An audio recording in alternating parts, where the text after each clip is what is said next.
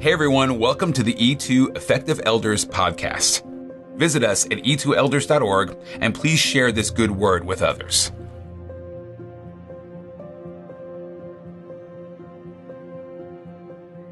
Hey, everybody. Thanks for joining us once again at our E2 podcast, and our thanks to CDF Capital for making this possible. We're so grateful for our partnership with CDF Capital these many, many years.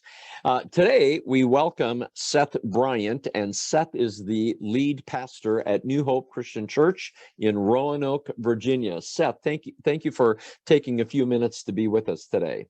So glad to join you. Thanks for all you do. It's our pleasure. I had a great visit just a few weeks ago there to the Valley. And thank you to the elder team, the staff team, to Kelly. You guys really opened up not only your church house, but your own house and showed great hospitality. Thank you so very much. Absolutely. Well, today we're going to look at another good word. The month of August 2022 here at E2, we're exploring this word urgency. And urgency is a great word. It means that something is of pressing importance. Something needs immediate attention in our lives. And Seth, I wanted to ask you this question. You know, you're leading now for many years there at New Hope, and you are literally in the Roanoke Valley, surrounded by the Blue Ridge Mountains. What have you and the elder team there at New Hope given yourselves to for greater urgency? What's of pressing importance to you? Yeah, well, we know that there are a lot of people in Roanoke and the surrounding region, 100,000, 300,000, that have yet to know the hope of Jesus Christ. And so our vision, our mission, it's hope for the valley, and we want to help people meet and follow Jesus. So that is incredibly important to us. By God's grace, that has been happening pre-COVID and post-COVID. It's looked a little bit different. But before COVID hit, we had laid plans to expand our campus. And from the very beginning, we decided this is not just one campus. We want to know, how can we get into the regions, into the communities where people are driving to us? How can we drive to them? And created this vision of, this is the first of 5 campuses. Wow. Mm-hmm. Yeah, we really want to go where people are in an effort to reach them with the hope of Jesus. So are the people at New Hope capturing a sense of this vision for people who are far from God? Absolutely. And we have identified that there are 5 regions in the Roanoke Valley, 5 zip codes or areas, if you will. And we have people from these 5 areas driving to us, some as many as 40 or 45 minutes away. Wow. And so what would it look like to take the church and put them together and then deploy them in their region for an opportunity to reach and have worship services and small groups, et cetera, youth programming. It's very important to us. Yeah, that's pretty compelling. Now, I happened to notice when I was with you just a few weeks ago, there's something exciting happening on your campus. You want to tell us a little bit about that?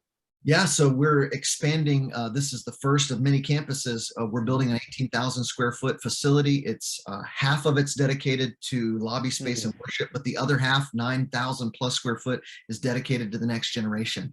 And we have a heart for reaching young people. We are, I guess, a medium-sized church, 400 plus in person post-COVID, and then those online. But 120 of those are young people. So I'm talking birth through 5th grade. We have 120 on average, and we need more space, not just for the adults and for parking, but we need more space for the next generation. Yeah, I noticed when I was with you, because I've been with you many times, and the congregation is actually becoming younger. It's like you're dialing the number younger and younger. That dot on the line of chronology is becoming younger. How have you been able to accomplish that? Because that obviously is of pressing importance to New Hope. It is. The elders decided when I got hired 5 years ago that one of the top priorities in their search for a lead minister was that they were 40 years old or younger.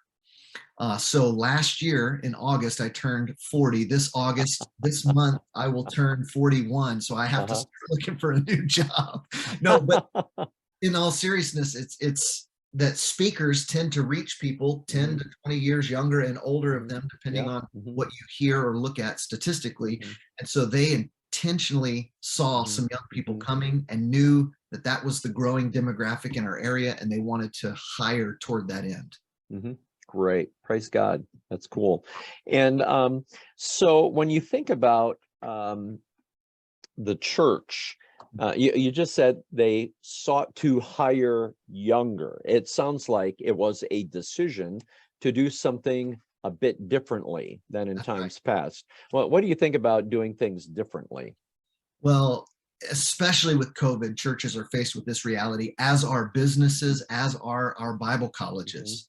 We have to adapt. And as the oldest guy on staff at 40 years old, the younger folks on our staff are challenging me.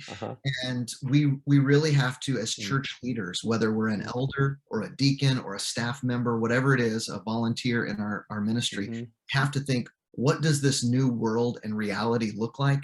And how can we do what Jesus called us to do in this context? The message obviously does not change, but the methods always have to.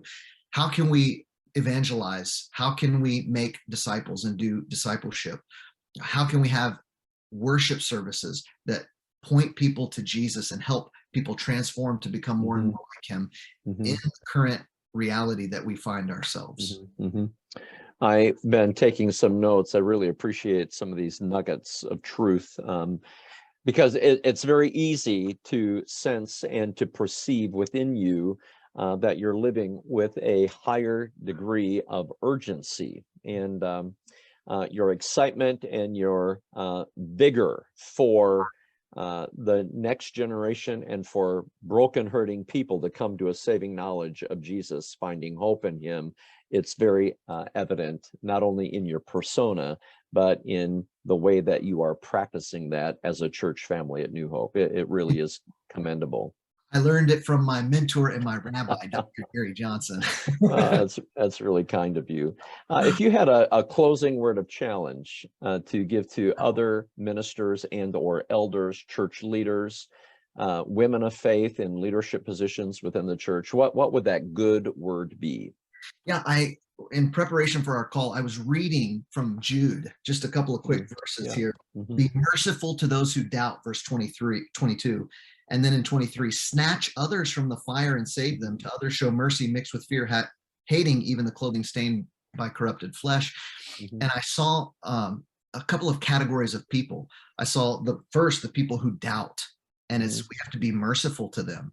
And then there are people, this is a three D's that they all start with the same letter. They're in a dire situation. Maybe they're in addiction, their life is at risk. And so we have to snatch them literally from the flames. You're merciful to those who doubt. It takes time for them to come around to the truth. We're more patient. But to those that are on the verge of death, we've got to have an intervention. We've got to get them into recovery, rehab.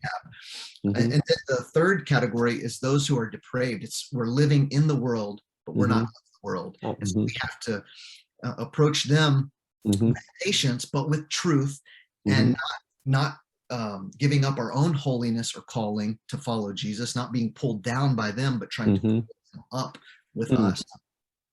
Wow, that's really powerful. The book of Jude is so often overlooked. It's one chapter in length. It's in the very back of the Bible. And verse 22 and 23 that you bring up is that will preach in a powerful way. And, when you were describing that, snatch people from the flames, I remember a news story. It wasn't that many years ago. It was of a young man. I still remember his name, Brandon Wright, Wright. People can Google it. He was a student at Utah State University out in Utah, Brandon Wright. And I can still remember it on the evening news. It showed him being pulled from underneath a car that had caught on fire. He was driving his motorcycle. He had a front end collision with the car. He was pinned underneath it. It was already on fire. He was alive but unconscious, and a group of people came and they lifted that car off from him and pulled him out, saving his life. And then it was about a week, 10 days later, he was on the evening news again, a story of him. This time he was in a wheelchair being escorted out of the hospital after surgery and recovery. And he was interviewed by the press. And this was on the national news. He was sobbing, just weeping. And he said, "Thank you to the people who risked their lives to snatch me from the flames." He said, "I'd be dead." So when you were talking about Jude, a very often forgotten text, that's really why we exist as a church. And you have captured that as a young leader, and you have helped your church family to capture that sense of urgency as well. And for that, we are grateful for you, the next generation, leading well the local church. So thanks for sharing that pressing importance, that item that needs immediate attention, and that's to stay on mission in the local church, one that God has given to us. Well, buddy, thank you so much. If somebody wants to email you, may they do so? Absolutely. Seth@newhoperoanoke.com. Got it. All right. We're going to put that on the screen as well, because somebody might want to just connect with you to get some ideas. How did you come up with this thought of 5 regional campuses in the Valley? And what are you doing now to deliberately close the gap between yourself and people who are far from God? That's pretty cool. Yeah. Well, thanks, Seth, very much. We look forward to being in touch with you again and again and again. Thank you, Gary, and E2. We're grateful. You betcha. Bye-bye. Bye-bye.